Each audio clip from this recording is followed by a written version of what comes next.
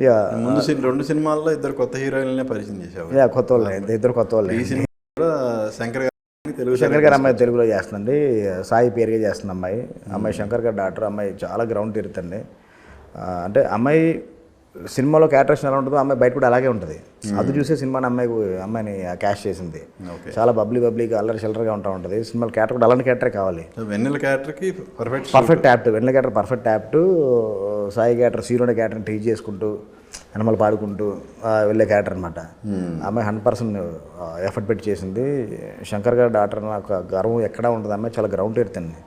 అసలు మేమే షాక్ అయిపోయాం. ఒక 4-5 days షూట్ అయిపోయిన తర్వాత సాయి గారు అడిగారు, హీరో గారు, నిజంగా ఏమో శంకర్ గారు డాక్టర్ అండి మరింతగా పొరికిగా బిహేవ్ చేస్తుంది ఏంటంటే అని, మీ చెన్నై పొరికి అంత ఇలాగే ఉంటుందని ఏడిపిస్తుండే వాళ్ళు. అమ్మాయి బాగా టీచ్ చేస్తుంటుంది అనమాట.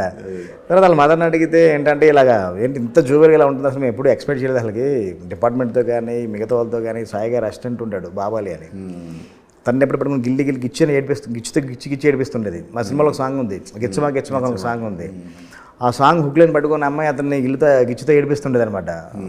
ఫుల్ ఫన్తో నడుస్తుండేది. తర్వాత మనోజ్ గారి పేరు కింద ఆనంద్ చేసింది. ఆనంద్ అమ్మాయి చాలా మంచి యాక్ట్రెస్.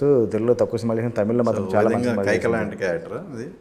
అదండి ఇంకా అంటే మీకు చెప్తున్నారు, మీకు ఈ క్యారెక్టర్ ఆ క్యారెక్టర్ మీకు తెలియదు కదా ఏంటంటే అది. ఇక్కడ కైకా ఇల్లా వాళ్ళని మీకు తెలీదు, మేము చేసిన మార్పుల చెరుపుల వల్ల ఎవరంటే తెలియదు. అందుకే అది సినిమా చూస్తే డెఫినెట్గా అర్థమవుతుంది. ఎందుకంటే డెఫినెట్ చూసాడానికి గడువుని మాత్రం అనిపించదండి. ఎందుకంటే ఎవరైతే ఎక్స్పెక్ట్ చేసుకుని థియేటర్లోకి వస్తున్నారో ఆ ఎక్స్పెక్టేషన్కి అయితే ఆపోజిట్లో ఉంటుంది. అది మాత్రం ఈ క్యారెక్టర్ అనుకుంటారు కదా, అది మాత్రం కొంచెం ట్విస్ట్ టర్న్స్ వేరే ఉంటాయి. ఓకే. అమ్మాయి చాలా మంచి యాక్ట్రెస్, చాలా మంచి పర్ఫార్మెన్స్ ఇచ్చింది అమ్మాయి. తర్వాత రోహిత్ గారి వైఫ్ క్యారెక్టర్ దివ్య పిల్లై మలయాళి అమ్మాయి చేసింది. అమ్మాయి చాలా పర్ఫెక్ట్గా చాలా బాగా చేసింది. చాలా రాయల్టీగా ఉంటుంది ఆ క్యారెక్టర్ కూడా.